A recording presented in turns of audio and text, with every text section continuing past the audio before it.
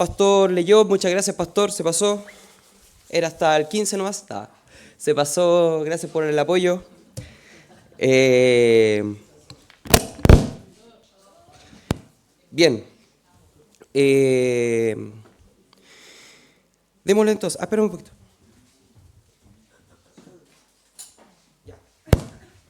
Ahora sí. No sé si se va a poder poner el power, si no, no importa. Súper, sí está. Ya. Siguiente entonces. La clase del día de hoy tiene por nombre porque porque de él y para él son todas las cosas. Y ya que hicieron la lectura, me imagino que alguno podrá empezar a hacer algún tipo de conexión por ahí o el por qué. Bueno, eso lo vamos a ir viendo durante la clase. Siguiente, Andrés, porfa. Bueno, tal como lo pudimos ver y leer en el versículo 1, Pablo sale de Atenas y se va a Corinto. Y es su penúltima parada antes de terminar este segundo viaje misionero. ¿Sí? Como pueden ver ahí,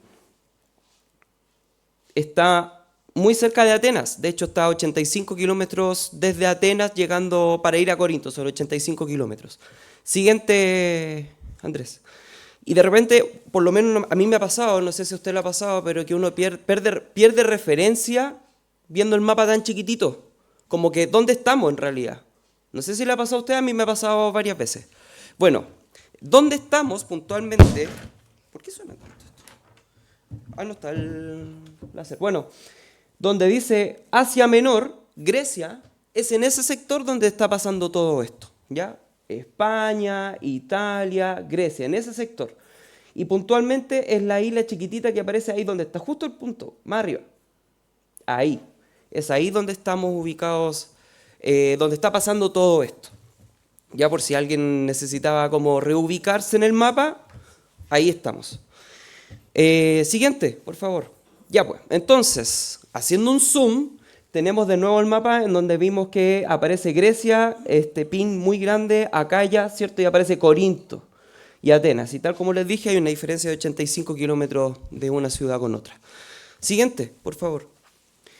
Algunos datos muy relevantes referentes a Corinto, y es que uno, por lo menos en la antigüedad, uno asocia a Grecia a Atenas inmediatamente, ¿sí? Ya sea por los monos como por ejemplo los caballeros del Zodiaco, ¿cierto? Que uno inmediatamente va como para Atenas, o por toda la civilización, o por los edificios de allá, ¿cierto? Las esculturas. Sin embargo, en esta época, Corinto había tomado un papel mucho más importante que Atenas. Atenas había empezado a venir en declive y Corinto había empezado a surgir. ¿Por qué? Porque, bueno, Corinto es una ciudad cosmopolita, es el puerto principal de Grecia. Además, era, tal como lo vimos ahí, ¿cierto? Tiene mucha relevancia para la entrada, era mucho más directa la entrada para llegar a la parte del continente, digamos. Eh, entonces, en ese sentido, había mucho tránsito. Al ser cosmopolita, obviamente había una mezcla cultural muy, muy grande. Y era la mayor ruta de comercio. Por otro lado, estaba el Acrocorinto. ¿Qué es esto? Es como el otro templo muy grande donde se reunían, y en este caso, para la adoración de Afrodita. En la cultura griega, en la cultura romana es Venus. ¿Cuál es esa diosa? Es la diosa del amor, la belleza, la fertilidad y en algunos casos también de la guerra. Estos dioses o esta diosa es una mezcla de muchas cosas que se fueron formando en siglos, ¿sí? No es que ellos hayan pensado, bueno, en todo su universo de dioses, vamos a dejar una diosa que solamente sea de la fertilidad y todo esto. Es una mezcla, ¿sí? Una construcción y de poetas y cosas por el estilo de la misma cultura. Bueno, y otro dato relevante, que en la antigüedad la palabra Corinto tenía mucho significado. ¿Alguno sabe qué significado tenía o alguien ha escuchado por ahí? Está relacionado con lo anterior, de que en esa ciudad se adoraba a Afrodita. Les voy a dar un pequeño... ¿Cómo? No, no, no. Pero en el templo donde se adoraba Afrodita, todas las noches habían 1000 sacerdotisas que bajaban al pueblo, ¿ya? Y obviamente que esas sacerdotisas eran prostitutas. Entonces, pero para ellos eran parte de la adoración a Afrodita, ¿sí? Entonces, esta ciudad, un puerto cosmopolita, en donde la adoración principal era a la diosa de la fertilidad, ¿cierto? ¿Qué podría significar la palabra Corinto? ¿Ah? Se ocupaba muchas veces para poder decirle a otra persona, oye, ¿querís Corinto? Oye, no, si él es muy Corinto. Él es como decir inmoral, depravado, o cosas muy por el estilo relacionadas precisamente a la inmoralidad que se vivía en la ciudad. Y eso se ocupaba como un adjetivo para otras personas o para lugares, cosas por el estilo. A ese nivel, ¿y por qué creo que es relevante? Porque allá el Señor mandó a Pablo. Nada más ni nada menos. A esa ciudad. A una ciudad en donde en realidad probablemente ninguno de nosotros quisiera ir a meterse. ¿No es así? En donde uno va a llegar, porque recordemos que Pablo viene desde el versículo, bueno, todo el capítulo 17 llega, ¿cierto? ¿A dónde llega el capítulo 17? ¿Al comienzo? A Tesalónica, gracias Ariel. Llega en Tesalónica se transforma, o sea, se convierte en muchos, después van a Berea, en Berea tienen que escapar, y Pablo es enviado a Atenas, mientras que Silas y, Silas Ti y Timoteo, gracias, tuvieron que quedarse atrás. Y Pablo llega solo a Atenas. Entonces, partiendo súper bien con el ministerio digamos, en Tesalónica, empieza a haber ya un declive en donde Pablo llega solo a Atenas, o sea, perdón, a Corinto. Llega solo. Llega solo. ¿Qué había pasado antes con Pablo y Silas? En el mismo 17. Antes de eso, sí. Esto lo vimos en el capítulo 17, hermano. 2 clases atrás aproximadamente. Los tomaron presos. ¿Y qué pasó cuando los tomaron presos? No los dejaron así como pasen la noche ahí acostaditos, ¿no? ¿Cómo fue? Lo azotaron, ¿cierto? Lo azotaron. ¿Y cómo fue tan relevante esto y por qué lo describe Lucas? Era ciudadano romano, pero ¿qué era lo más relevante del hecho de cuando estuvieron presos? Silas y Pablo. Que habían... Hubo un terremoto, ¿cierto? ¿Y qué pasó con ellos? ¿Se arrancaron? No. ¿Qué pasó? Ya. A propósito de que ellos no se escaparon, porque ellos alababan a Dios antes, ¿cierto? Porque ellos cantaban salmos e himnos dentro de él, de que estaban presos.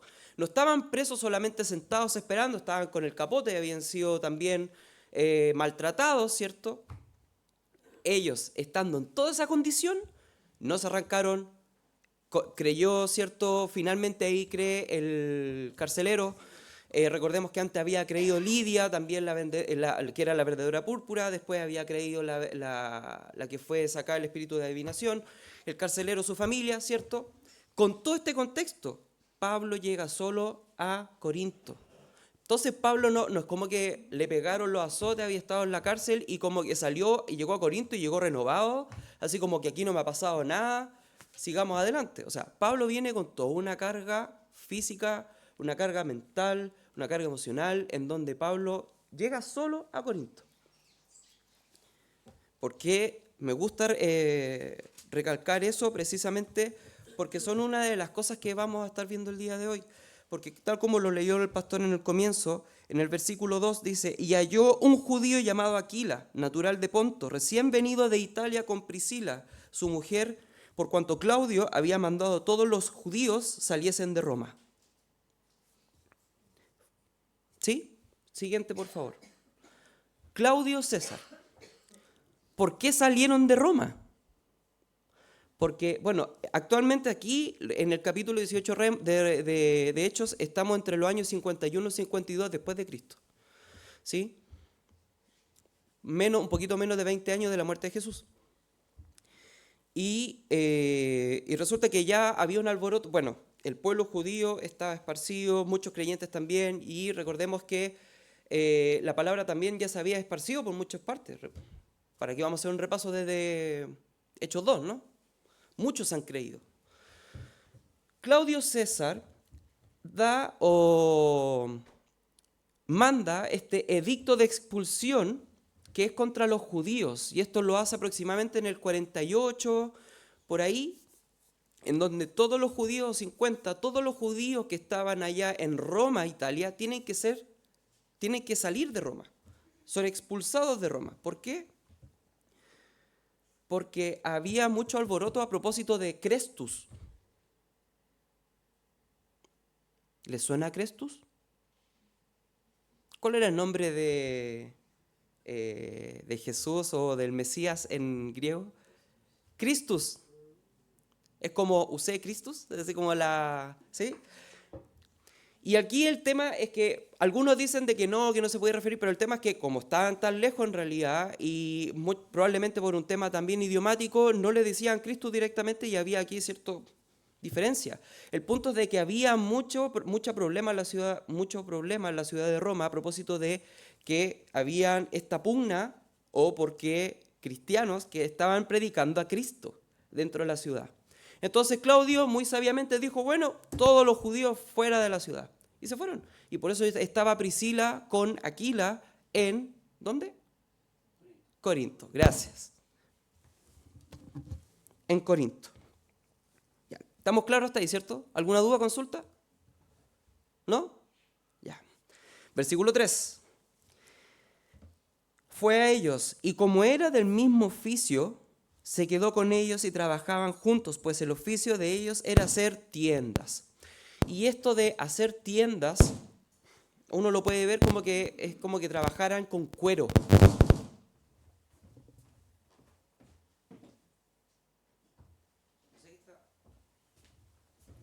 Es que están trabajando o que trabajaban con cuero, ¿sí? Entonces uno puede ver de que ellos trabajaban y hacían tiendas, probablemente también hacían otro tipo de cosas. El tema es que se dedicaba a trabajar Pablo junto con Aquila y Priscila allá en Corinto. Y esto es un hecho bien relevante. ¿A alguien se le ocurre por qué es relevante esto? La palabra no está. Todo lo que nosotros tenemos escrito en la Biblia no es porque había que rellenar un libro. Porque no tenía sustento. ¿Cómo había llegado Pablo? Solo. Solo necesitaba alimentarse. El Señor le pone entre medio, así como que llegó y conoció a Priscila y Aquila. Necesitaba también sostenerse. Y por otro lado, esto es relevante por lo que va a pasar después con la iglesia de Corinto, que lo vamos a leer.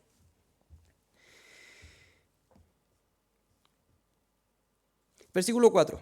Y discutía en la sinagoga todos los días de reposo y persuadía a judíos y a griegos. Y la palabra persuadir, que si no me equivoco el pastor la ha explicado, la quiero recordar, es precisamente esto como de dialogar para poder argumentar y así convencer a la otra persona. No es solamente pararse y empezar a hablar nomás.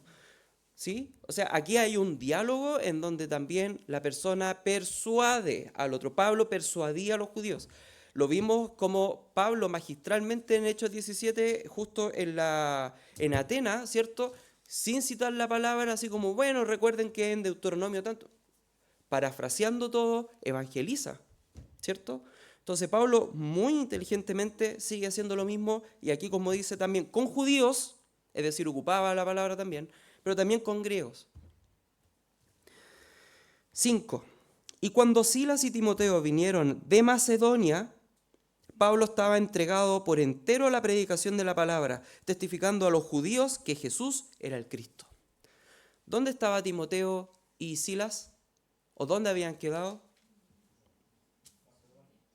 En Macedonia. Recuerden, en capítulo 17, del versículo 10 en adelante, al final es cuando dice, bueno, Timoteo y Silas, quédense aquí y yo me tengo que ir porque habían problemas ahí. Entonces ellos después llegaron y estaban allá en Macedonia y se juntan con Pablo. Entonces aquí podemos ver algo ya primero. Pablo, con todo este declive, el Señor le pone a gente por delante. Aquila y Priscila. No solo los pone por delante, sino que también forman una amistad y además empiezan a trabajar juntos, empiezan en una comunión, porque ellos también eran creyentes. ¿Sí? Por otro lado, después se le suma Timoteo y se le suma también Silas. ¿Y eso qué hace también?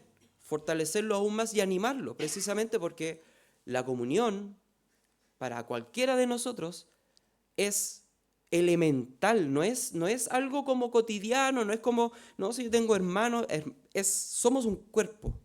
Y en ese sentido no debemos minorizar lo que significa que somos un cuerpo. Cada miembro es necesario. ¿Para qué? Para poder caminar, para poder persistir, para poder ser animados, porque pucha que es distinto venir a una reunión y que estemos 10 a que estemos los 40 o 50 que regularmente estamos, ¿o no? Que el Señor nos bendiga.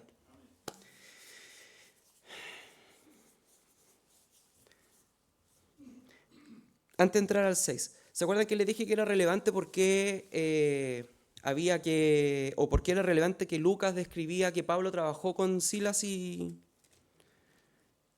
con Aquila y Priscila? ¿Sí? Hermano, ustedes saben que me gusta que me respondan. Ya, eso. Eso. En 2 Corintios, entre el capítulo 11 y 13, Pablo empieza a hacer una... Todavía no, devuélvete, a ver. Déjalo ahí en Claudio, ¿no? O no, en el siguiente Claudio, gracias. Entre el 11, 2 Corintios, entre el 11 y el 13, Pablo empieza a hacer una defensa de su ministerio, en donde Pablo le escribe a los corintios, él estando en otra iglesia, en donde escucha de que todo lo que ha pasado y todo lo que hizo, porque hubo muchos ataques contra Pablo, entonces Pablo le dice, bueno, yo nunca le fui una carga, yo me preocupé de trabajar, yo me preocupé de mantenerme a mí mismo con aportes de otras iglesias. Ni siquiera lo de ustedes, yo no me preocupé de andarles pidiendo dinero a ustedes para poder sostenerme. Entonces, por eso es relevante también, como lo indica aquí Lucas, cuando les dice de que Pablo efectivamente trabajó, ¿sí? Hay una coherencia en los hechos, ¿sí? ¿Hasta el momento alguna duda? También el hecho de que haya trabajado en ese lugar indica que él permaneció más tiempo a Exacto, diferencia de la otra ciudad. exacto. Y eso es lo que justo vamos a empezar a ver ahora. Muchas gracias, Miguel. Si alguno no lo escuchó, lo que decía Miguel es que el hecho de que Pablo haya trabajado en Corinto implica de que Pablo estuvo mucho más tiempo en Corinto que, por ejemplo, en Atenas o en Berea o en Tesalónica. Y lo vamos a ver, de hecho. Versículo 6 dice, pero poniéndose y blasfemando estos, ¿quiénes eran estos? Los judíos. Fíjense, es que veamos en el 5, ¿qué es lo que dice? Y cuando Silas y Timoteo vinieron de Macedonia, Pablo estaba entregado por entero a la predicación de la palabra, testificando a los judíos que Jesús era el Cristo. Le predicaba a judíos y a griegos. Pero puntualmente, ¿quiénes eran los que blasfemaban? Los que dicen, justo los que dicen el 5. ¿Cómo de alguna forma los griegos no podían blasfemar contra Cristo? Pues si no lo conocían. Ellos lo están conociendo recién. Los judíos, oponiéndose y blasfemando, estos, Pablo les dijo, sacudiéndose los vestidos, vuestra sangre sea sobre vuestra propia cabeza. Yo limpio, desde ahora me iré a los gentiles. Fuerte. ¿Dónde más vimos esto de sacudirse? Lo hemos visto varias veces en Hechos. A lo menos 2 o 3 veces.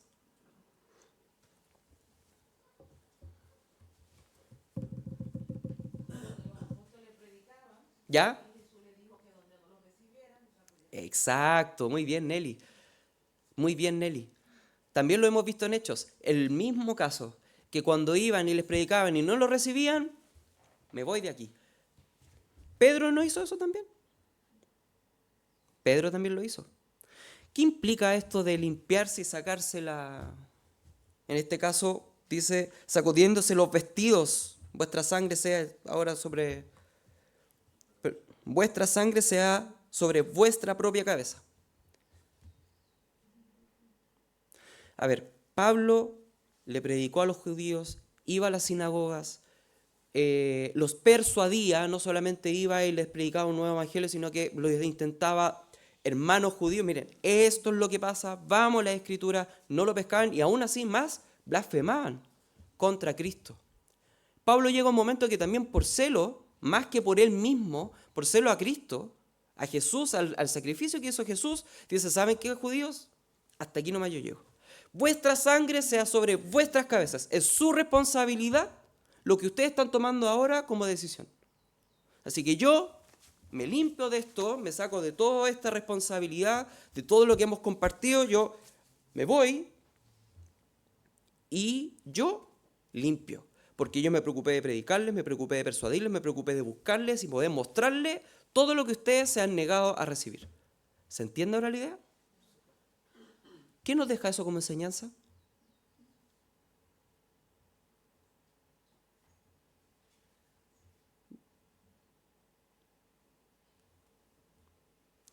De repente, y lo hemos conversado, el pastor lo ha predicado, de repente nosotros mismos muchas veces nos encargamos de alejar a la gente simplemente por predicar el Evangelio, por predicar el Evangelio, por predicar el Evangelio. No es nuestra acción, son nuestras palabras. El Señor, primero que todo, ya tiene quiénes son los que van a creer. Segundo, no va a depender de cuán bonito nosotros hablemos o cuán feo nosotros hablemos. Porque si fuera por hermosura, todos serían convertidos cuando yo hable. No, pero no depende de eso. Lo que depende es precisamente de cómo el Señor muestra y a quién va y le va a hablar. No podemos estar como también lo podemos leer en la palabra de tirarle la perla a los cerdos.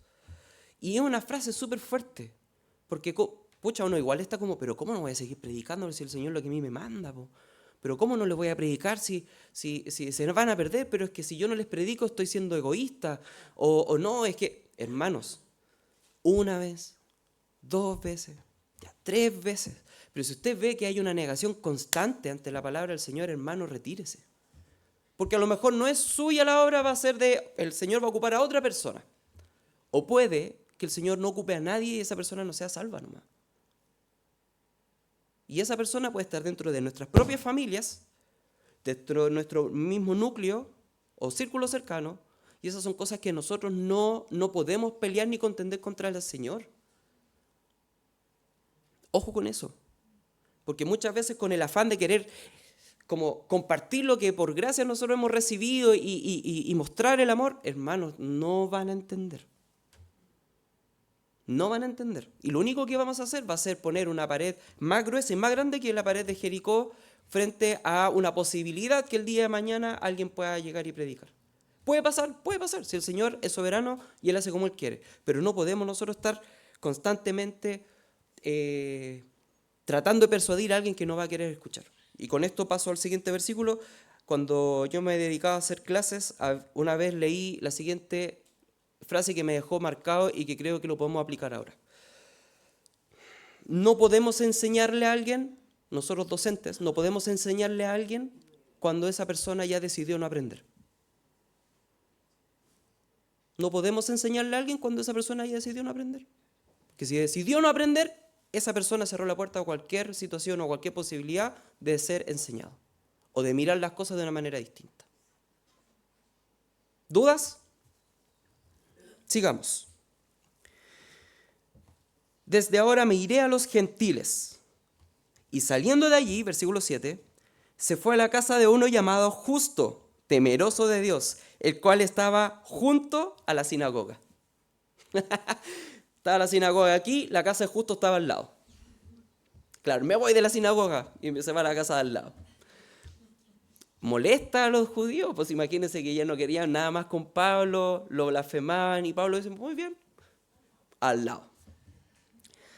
No por porfía de Pablo, sino que porque se fue a la casa de uno llamado Justo, romano, y eso lo podemos sacar por el nombre. Temeroso de Dios, el cual estaba junto a la sinagoga, y Crispo, el principal de la sinagoga, creyó en el Señor y toda su casa. Y muchos de los corintios oyeron, creían y eran bautizados. Muchos de los corintios. O sea, eran gentiles. Bueno, este justo que aparece en el versículo 7 muy probablemente sea Gayo, que es el que aparece en Romanos 1 y también en Primera a los Corintios. ¿Y por qué eso es relevante? Porque eso coincide o nos da o nos muestra de que son personas que no solamente escucharon, sino que después creyeron y que después permanecieron y persistieron en la iglesia. Relevante. Y también Crispo, el principal de la sinagoga, creyó en el Señor y con toda su casa, y muchos de los corintios oyeron, creían y eran bautizados. Crispo era gentil.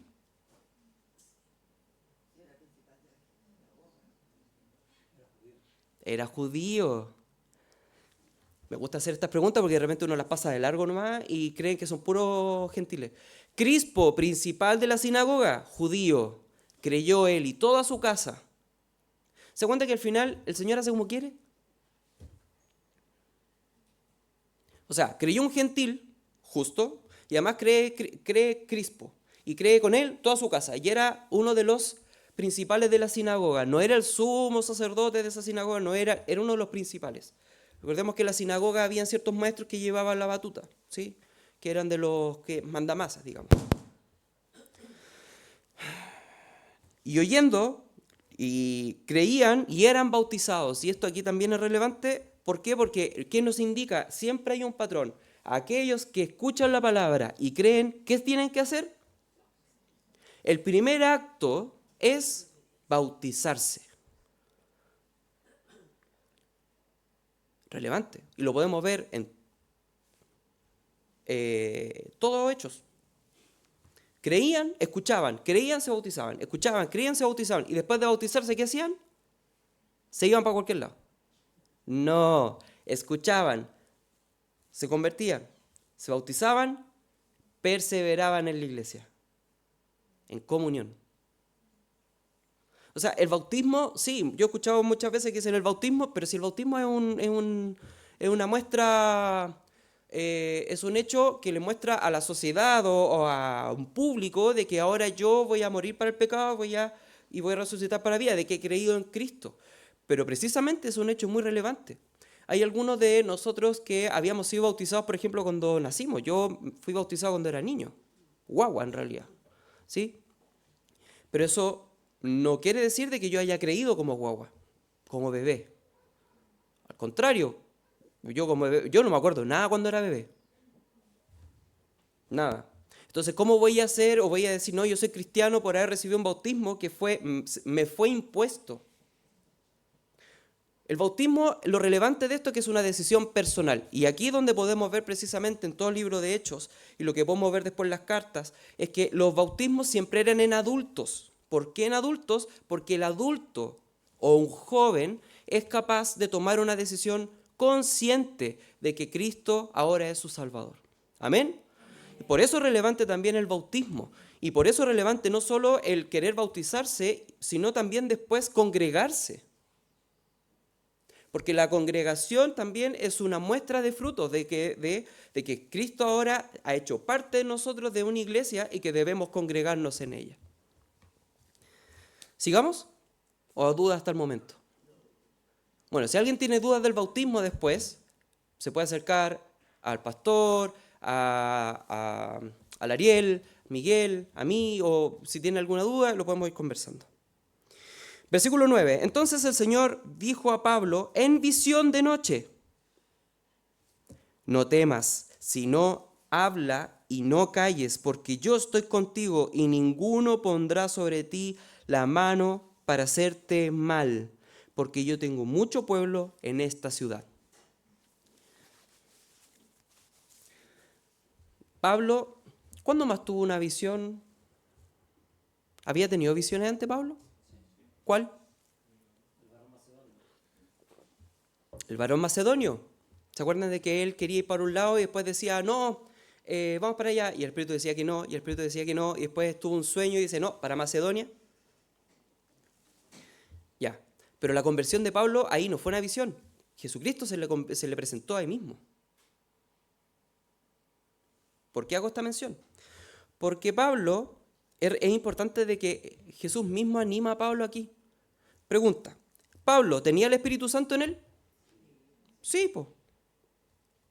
Entonces, ¿por qué se le tuvo que aparecer? ¿Se dan cuenta de que aquí Pablo efectivamente no viene bien? Pablo aquí tiene miedo, pues hermano. Pablo no viene bien. De repente uno tiene a Pablo como estoico, así como que aquí Pablo no le pasa nada, como que Pablo camina y rebotan las personas en Pablo. Y no es así.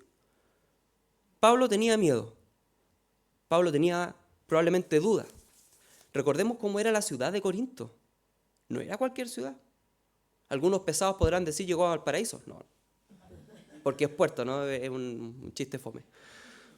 Pablo llegó a una ciudad en donde era cosmopolita, donde había muchas culturas que juntaban, donde había una adoración a una diosa que era extremadamente potente. Recuerden que todas las sacerdotisas bajaban a adorar adorar en las calles, en los pueblos y todo eso. No era una ciudad fácil. Y Pablo ahí, con miedo, el Señor le dice, Pablo, no temas, sino habla y no calles, porque yo estoy contigo y ninguno pondrá sobre ti la mano para hacerte mal. Pablo, no temas, porque yo te voy a dar todo lo que tú quieres. No temas, porque Pablo, yo tengo mucho pueblo, así que yo te voy a dar todo lo que necesites para que puedas llevar mi palabra adelante. ¿Le dice eso o no le dice eso? Y son pequeños cambios de frase que yo estoy haciendo nomás. Habla, no temas, no calles. O sea, probablemente te van a hacer callar, así que no calles. Te van a hacer callar, habla. Te van a perseguir, no tengas miedo. Porque ninguno pondrá sobre ti la mano para hacerte mal, porque yo tengo mucho pueblo en esta ciudad. O sea, no le está diciendo porque yo estoy contigo, porque yo te voy a guardar para siempre, porque yo te amo. No, queridos hermanos. ¿Qué es lo que le dice al final? Yo te voy a cuidar, ¿por qué? Para usarlo, porque yo tengo mucho pueblo en este lugar.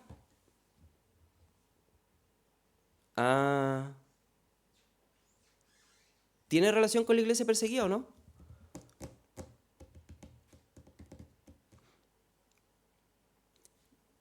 Hice la pausa a propósito. Y es porque nosotros creemos muchas veces y estamos bombardeados diariamente en que nuestro Dios es Dios bueno y que a nosotros nada nos va a pasar. Y que muchas veces nosotros oramos precisamente para que nada nos pase. Señor, guárdanos porque yo tengo que ir para tal lado, por favor, cuídanos. No es que uno busque morir, no. Pero el tema es, ¿cuál es el propósito de Dios en mi vida? ¿Cuál es? ¿Es que yo esté sano, salvo en mi casa, que pueda estar con mi familia, disfrutando todo? ¿O es que yo pueda llevar la palabra del Señor a otros que no la tienen? Y aquí Jesús mismo le está diciendo, no temas, si no habla, no calles, porque yo estoy contigo y ninguno pondrá sobre ti la mano ni para hacerte mal. ¿Por qué? Porque tengo mucho pueblo en esta ciudad. Es decir, no te va a pasar nada porque tienes que predicarle a todos estos que estén acá. Necesito que todos estos crean. Y ahí se detuvo 1 año y 6 meses enseñándole la palabra del Señor. 1 año y medio estuvo en Corinto, en esa ciudad. 12. Pero siendo Galión procónsul de Acaya y los judíos se levantaron de común acuerdo contra Pablo y le llevaron al tribunal, diciendo, este persuade a los hombres a honrar a Dios contra la ley. Típico los judíos, ¿no? Cuando no podían hacer algo se unían y levantaban calumnia para llevarlo siempre al romano, al que está a cargo. Y nunca le resulta, pues. Bueno, no le resulta como ellos quieren a lo mejor. Entonces dice, 14, y al comenzar Pablo a hablar, lo paran. Galión dijo a los judíos, si fuera algún agravio, algún crimen enorme, oh judíos, conforme a derecho, yo os toleraría. Es decir, si este asunto que ustedes me traen realmente tuviera alguna validez, yo lo acojo. Pero si son cuestiones de palabras y de nombres y de vuestra ley, vedlo vosotros, porque yo no quiero ser juez en estas cosas, de estas cosas. O sea, no estoy interesado. Tengo cosas más relevantes que ver.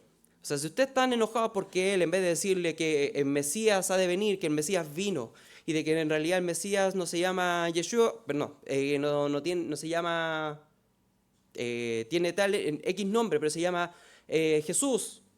Véanlo ustedes, a mí no me importa. 16. Y los echó del tribunal. Entonces todos los griegos, apoderándose de Sóstenes, principal de la sinagoga, le golpeaban delante del tribunal, pero a Galión nada se le daba de ello. Pucha, los judíos se enojaron con Sóstenes. Sóstenes también era otro principal de la sinagoga. Probablemente Sóstenes era uno de los que llevó el caso dentro de porque, a ver, se levantaron los judíos, pero ¿cuál era uno de los principales? Sóstenes, ¿junto con quién más? Con Crispo. Ya, pues, pero Crispo creyó, ¿cierto? Ya, pues se levantaron los judíos y uno de los principales también era Sóstenes, entonces fueron con Sóstenes. Sóstenes probablemente elevó las palabras al procónsul y el procónsul dice, ¿sabes qué? No ha lugar. Entonces enojado, pero nos defendiste mal probablemente, estoy especulando, pero como tratando de hilar la idea. Y le empezaron a pegar a Sóstenes, pues, que son malos, picados, pues. ¿Por qué? Porque al final no pudieron hacer nada contra Pablo. No pudieron hacer nada contra Pablo. Y ahí obviamente se cumple lo que el mismo Señor le dice a Pablo en los versículos 9 y 10. Bonito, ¿no? ¿No era bonito? Bueno, ¿y qué podemos ver? ¿Y qué sabemos de Sóstenes después? ¿Les suena ese nombre?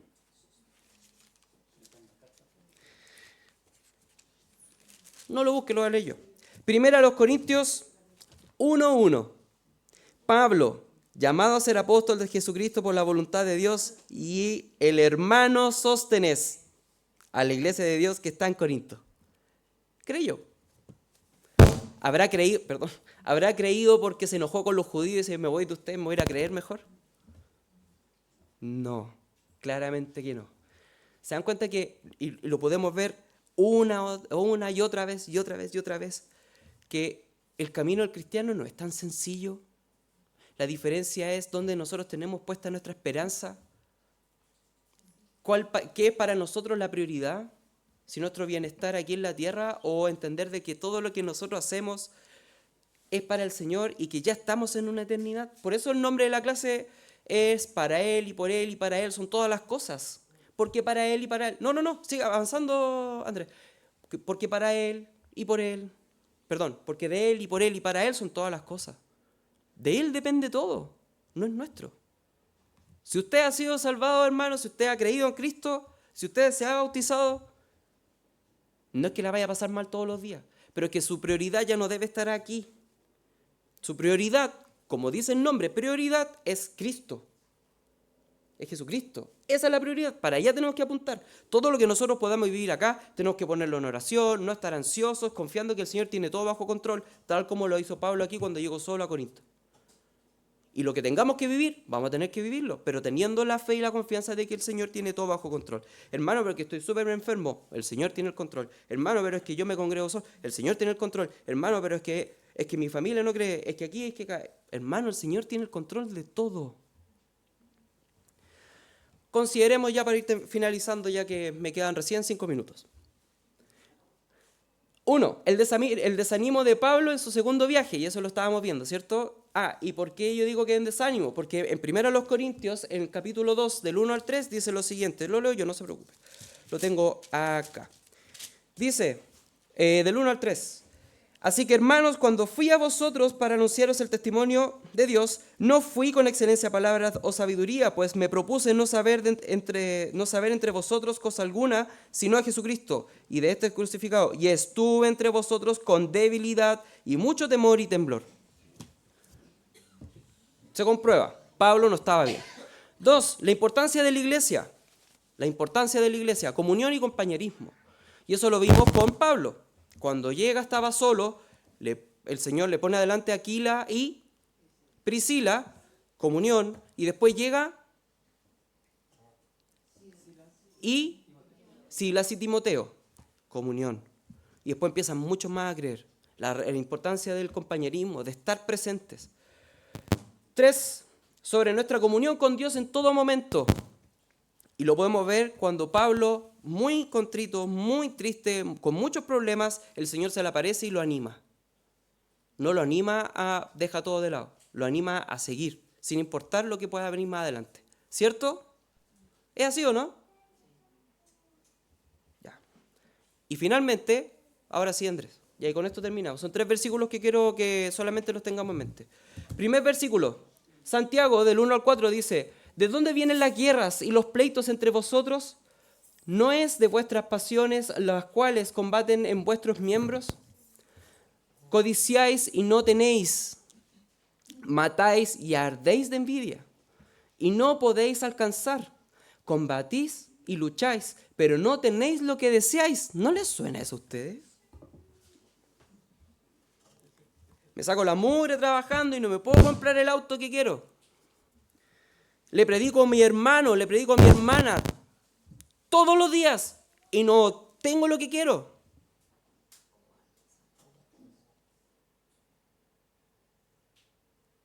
Pago y sigo con endeudado. Pero no tenéis lo que deseáis porque no pedís. Pero ¿cómo, Señor? Si yo te he pedido el auto, yo te he pedido que se convierta, yo te he pedido tener más fe. No pedís y no recibís porque pedís mal para gastar en vuestros deleites. Chuta. Oh, almas adúlteras. Esta carta le está escribiendo a creyentes, por si acaso. ¿No sabéis que la amistad del mundo es enemistad contra Dios? Cualquiera, pues, que quiera ser amigo del mundo se constituye enemigo de Dios. O sea, si usted está más preocupado de aquí y de que de la salud y de que lo que va a venir es que quién va a ser el próximo candidato, el próximo presidente, que si nos va a ir bien, nos va a ir mal, que aquí y allá. Estamos pidiendo al final para nuestros deleites, porque si le va bien a uno, le va bien al otro, es que nos va a ir bien, no es que nos va a ir mal. Que si se convierte, no es que va a ser más fácil si se convierte, si no se convierte, hermanos. Todo lo tiene el Señor en las manos. Siguiente. Juan 16, 33. Estas cosas os he hablado para que en mí tengáis paz. En el mundo tendréis aflicción, pero confiad. Chuta. Estas cosas os he hablado para que en mí tengáis paz. En el mundo tendréis aflicción, pero confiad. ¿Quién venció al mundo? Usted. No, ¿quién venció al mundo? Ya, ¿y quién es su Salvador? Parece que para algunos nomás. Cristo venció al mundo, su Señor venció al mundo. Mi Señor venció al mundo. Última, Romanos 12, del 1 al 2. Así que, hermanos, os ruego por las misericordias de Dios. Pablo escribiéndole a los romanos que tienen toda la autoridad, rogándole. Por la misericordia de Dios les ruego que presentéis vuestros cuerpos en sacrificio vivo, santo, agradable a Dios, que es vuestro culto. O sea, aquí es que recibí un sueño, es que yo sentí del Señor. Hermano, esto es racional. Las conversiones, creer en Cristo es racional, no es emocional. No es lo que yo pude haber visto, que tuve una visión, o lo que yo he sentido, que el Señor me habló y siento del Señor decirte tal cosa. Hermano, esto es racional. Todo lo que necesitamos está aquí en la Biblia. No os conforméis a este siglo, no conforméis a lo que nos toca vivir en este 2025, en esta generación que nos toca vivir a nosotros, sino transformaos por medio de la renovación de vuestro entendimiento para que comprobéis cuál sea la buena voluntad de Dios, agradable y ¿cree que es perfecta la voluntad del Señor? Ya, amén. Analícelo ahora usted en su cabeza. ¿Cree realmente que la voluntad del Señor, que implica todo lo que usted está viviendo en estos momentos y todo lo que va a vivir después, ¿es perfecta? Les recomiendo, lo voy a decir y con esto termino, el pastor siempre dice, escriba versículos, imprima versículos y péguelos en las paredes, porque pucha, de repente que se nos olviden estas cosas, porque de repente nos pegamos en un dedo, hermano, y ya queremos dejar todo de lado. ¿Alguna duda? ¿Consulta? ¿Comentarios? Pastor. Estaba pensando en... Fuerte. En el no calles habla, porque tengo mucho pueblo. Cuando Pablo justo antes venía de ser golpeado en Filipos, por ejemplo, y por eso, y en el fondo el Señor sabe cuánto tiempo ahora va a quedar en Corinto, que sabemos que es mucho más. Pero también pensaba en esto de cuando yo hago la voluntad del Señor, o sigo lo que el Señor quiere de mí, aunque en el principio no lo entienda, puedo estar viviendo la vida de Esteban o viviendo la vida de Pablo, para tomar dos extremos. Ambos predicaron el Evangelio, uno murió en el acto y el otro estuvo 1 año y medio predicando y mucho más después. Entonces el Señor sabe lo que va a hacer con nosotros porque la obra es de Él. Básicamente eso. Gracias, pastor. Gracias, pastor. Sí, a mí también me queda dando vuelta eso, pero bueno, solo podemos comentar ahí en el desayuno. Que el Señor les bendiga, queridos hermanos.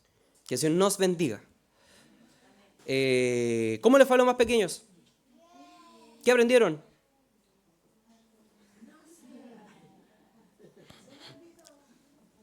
Ya, ¿y a los jóvenes? ¿Qué aprendieron? Oh, ¿y a los intermedios? ¿Y ahí qué vieron? ¿Ah?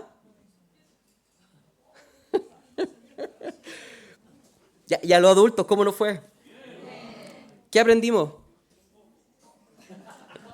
Dos cosas y terminamos. Dos cosas y terminamos. ¿Qué aprendimos lo grande? La obra del Señor. ¿Qué más?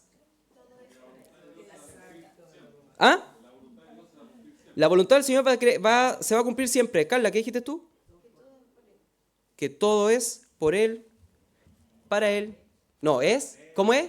De Él, y por Él, y para Él, son todas las cosas. A Él sea la gloria por los siglos de los siglos. Amén. Oremos entonces. Gracias, Señor, te damos en esta mañana por todo tu amor, por toda tu misericordia. Gracias, Señor, porque podemos leer, abrir tu palabra, leerla y entenderla, Señor, con claridad. Gracias porque nos hablas directamente, Señor. Gracias porque en ningún momento nos has escondido estas verdades, Señor.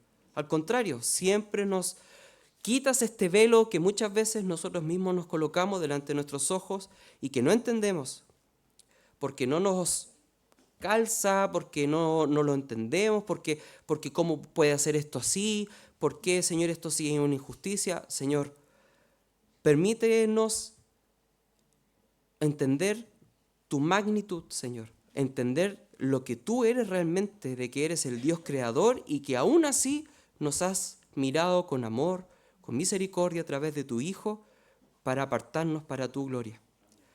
Porque de ti, para ti y por ti son todas las cosas, Señor.